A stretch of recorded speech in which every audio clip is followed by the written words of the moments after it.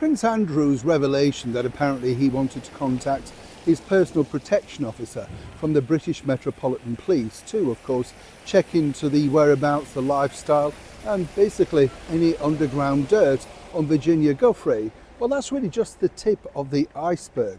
Similarly, right now, there's a bigger problem, particularly for the York family, and it's coming from one of their own. None other than His Royal Highness, the Prince of Wales, Prince William. And he really wants answers to pictures like this. As ever, let me explain. Morning, nice to see you, chums. Thank you so much for joining me today in a wet, windy, and quite frankly, miserable time here in London town. I hope you're keeping well, whatever you're doing. It's lovely to have your company.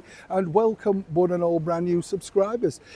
Difficult times. I mean, let's be honest, it must be unbearable to be in that cauldron that the royals live in because, well, wherever you turn, there's a brand new revelation on a daily basis. It's not good and consequently reflective on all the family. I think what's interesting for me, particularly when you look at the sort of situation between William and Andrew, is exactly, well, they never truly got on that well for long. My belief and my sources tell me that the bottom line really was that, William and Harry at that point got on well with Andrew simply because of his late mother, Queen Elizabeth. She liked Andrew, naturally being her son, of course. But more importantly, they realised that they wanted to keep family unity, family things together. They'd always had a rather abrasive sort of relationship with Sarah Ferguson. Now, as I've told you before, I've known Fergie, as she's affectionately known, or was, for a long time, worked with her on many various things. And, she's kind of one of these people that there are two sides, as there are to all of us. We all have a short fuse. We all get a bit, annoyed about certain things if they're not going the right way.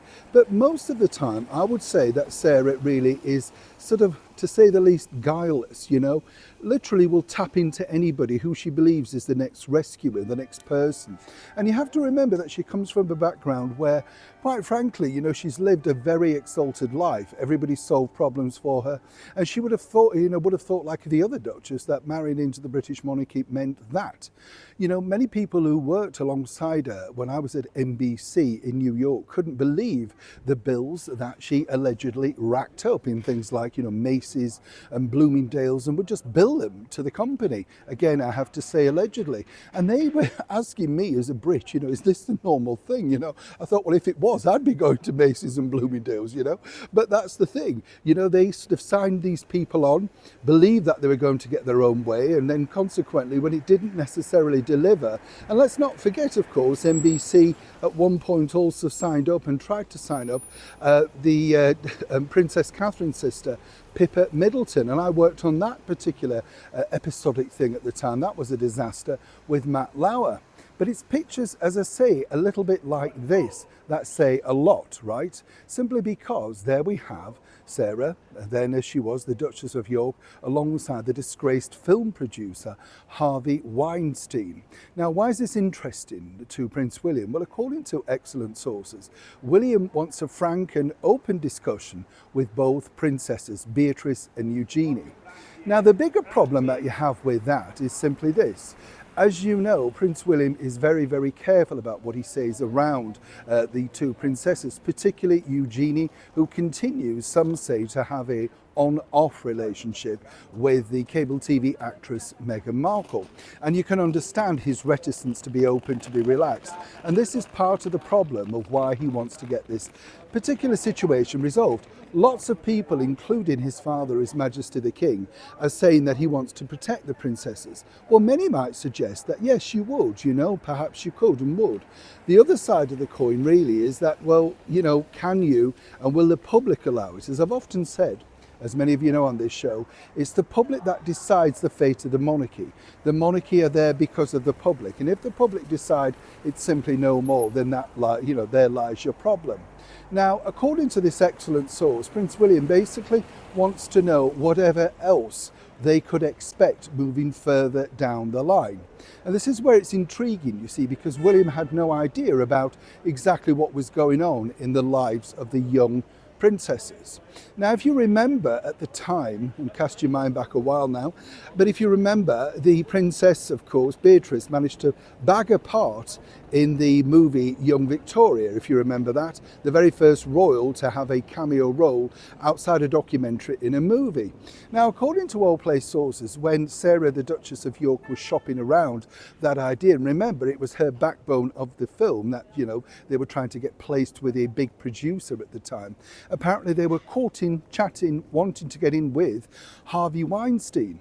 Now, I'm not suggesting any sort of wrongdoing at this point, but you see, you have to remember Harvey Weinstein was probably, alongside his brother, the biggest film production company unit in the world. A little bit like Fox, 20th Century Fox, you know, MGM, Warner Brothers, they were mega powerful.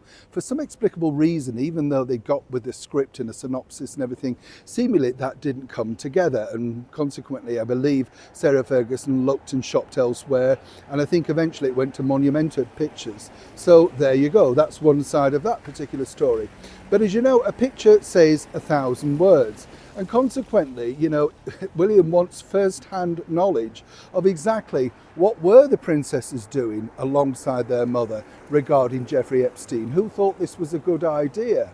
Now, the source also pointed out that William is still beyond furious with his uncle, Prince Andrew. And apparently Prince Andrew has been desperately trying to get a meeting with William out at Windsor to sort of explain his side of the story. William, though, really wants to hold back until he sees exactly what's going to be hitting the headlines. And as you can imagine, they're not particularly savoury so far, as we're now awaiting, if you like, the full publication of the book from the late alleged victim, Virginia Giuffre. It's important to point out, as not many people are in this particular situation, that the former royal known as Prince Andrew refutes all of those allegations. And as I said, the bigger picture about the Met Police story, it's one of those things, it's going to be a double-sided coin, isn't it? That really depends if, of course, the Met Police push it forward, if this particular former protection officer has some concrete evidence. Was it a simple conversation, a bypass word? Was it genuinely there? Now, amongst all of this is, of course, King Charles, not in great health, but still battling on, and now out on an official visit. And here lies your problem, you see. The problem that you have with that is that William is very cautious not to upset or indeed bring on any further stress, anxiety for the king. And you can naturally understand that. But he wants to get this resolved. So far, the opportunity for the two princesses to step forward and have this informal meeting has not occurred. And according to my sources, this is because, and again I have to say allegedly, this is simply because they believe that their father should have the opportunity first. Now, other wild stories circulating within royal circles are simply this, that while, of course, Sarah, the former Duchess, is sticking by Prince Andrew, many suggest that, you know, if it gets even more fractious, they could part and suddenly the mudslinging could occur. Now, as you can imagine also, over in the land of Montecito, this is again where I find this fascinating. According to my source out there, which is an excellent source, as many of you know, Harry and Meghan believe that this will see their opening back into the monarchy because they will be left with no choice but to shore it up. And it's the worst of two evils, again, allegedly. When you look at, say, what Harry and Meghan have done, and many, you know, can cite all of that, the terrible stress that they piled onto the late Queen, of course, the Duke of Edinburgh, situations like that. Well, apparently they believe that actually against what they were saying, which is their truth, again, you have to say allegedly, is nothing to what, of course, the former royal known as Prince Andrew has done.